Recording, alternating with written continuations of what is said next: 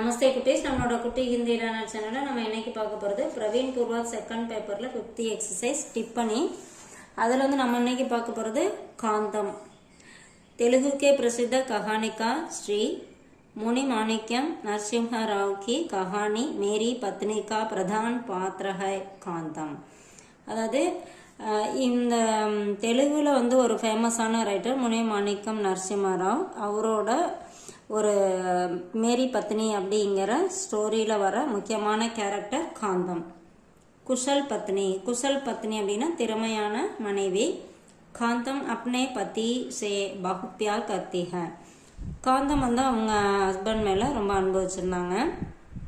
உன்கே ஸ்வபாவ் கோ ஜான்கர் வஹ் உன்கே கிஃபாயத் சிக்கானே கா பிரயாஸ் கர்த்தி ஹை. அது அவங்க ஹஸ்பண்டோட கேரக்டரை தெரிஞ்சு இவங்க என்ன பண்ணுறாங்க, சிக்கனமாக இருக்கிறதுக்காக அவரை அதை சிக்கனத்தை வந்து அவர் சொல்லி கொடுக்கணும் அப்படிங்கிறதுல முயற்சி எடுக்கிறாங்க.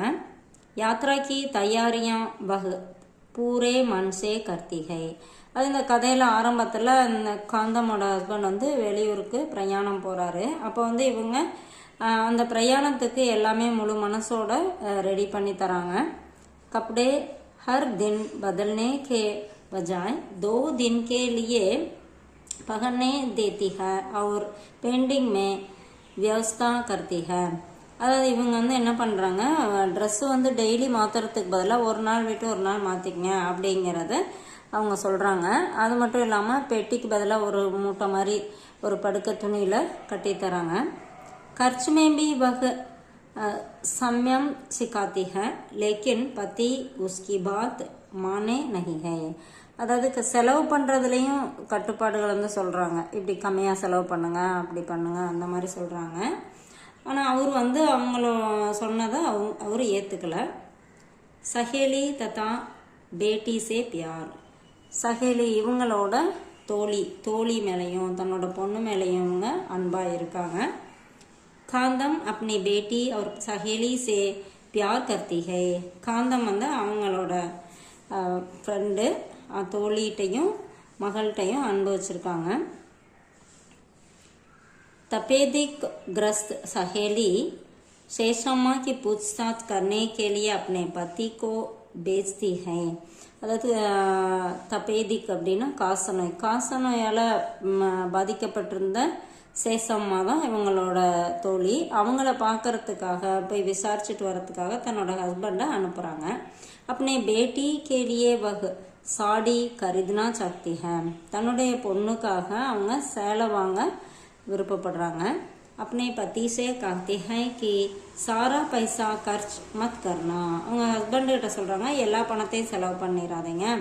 25 रुपये में से 10 रुपये बेटी को दे देना. அந்த 25 रुपीस வாங்கிக்கிறார் இல்லையா, அதிலிருந்து 10 ரூபாய் பொண்ணுக்கு கொடுக்க சொல்லி சொல்கிறாங்க. एक प्यारी नारी के रूप में उसका चित्रण इस कहानी में किया गया है.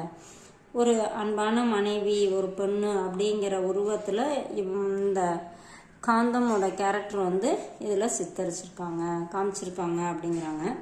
पति से प्यार और संदेह. हस्बैंड மேலே அன்பும் சந்தேகமும். अपने पति के बिस्तर में साड़ी और चोली देकर कांदम अपने पति को संदेह से नजर से देखती है. அதாவது இவங்க அவர் வந்து ஊருக்கு போயிட்டு வந்தோடனே அவரோட அந்த துணி முடிச்சு இருக்கு இல்லையா, அதில் வந்து ஒரு சேலையும் ப்ளவுஸும் பார்த்தோன்னே சந்தேகமாக பார்க்குறாங்க தன்னோட ஹஸ்பண்டை. जब उसे मालूम होता है कि साड़ी किसी और की है तब वह अपने आप को कोसती है कि वह मन बड़ा पापी है. அதாவது அது வந்து வேறொருத்தங்களோடது அந்த சேலையும் ப்ளவுஸும் அப்படின்னு தெரிஞ்சுக்கிட்டதுக்கப்புறம் தான் மனசுக்கு தானே வந்து சபிச்சுக்கிறாங்க, வருத்தப்பட்டுக்கிறாங்க, நம்ம மனசு எவ்வளோ பாவப்பட்டது அப்படிங்கிற மாதிரி.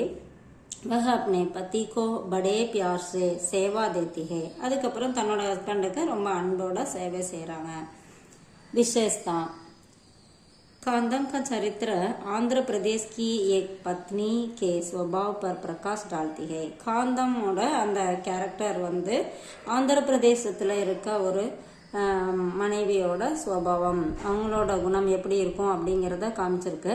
सबसे प्यार करने वाली एक नारी और कुशल पत्नी है. எல்லாத்துக்கிட்டையும் அன்பு செலுத்துகிற ஒரு பொண்ணாகவும் ஒரு திறமையான மனைவியாகவும் இருக்காங்க. வஹ் சஃபல் பாத்திரகை, இவங்க வந்து ஒரு நல்ல ஒரு கேரக்டராக இருக்காங்க.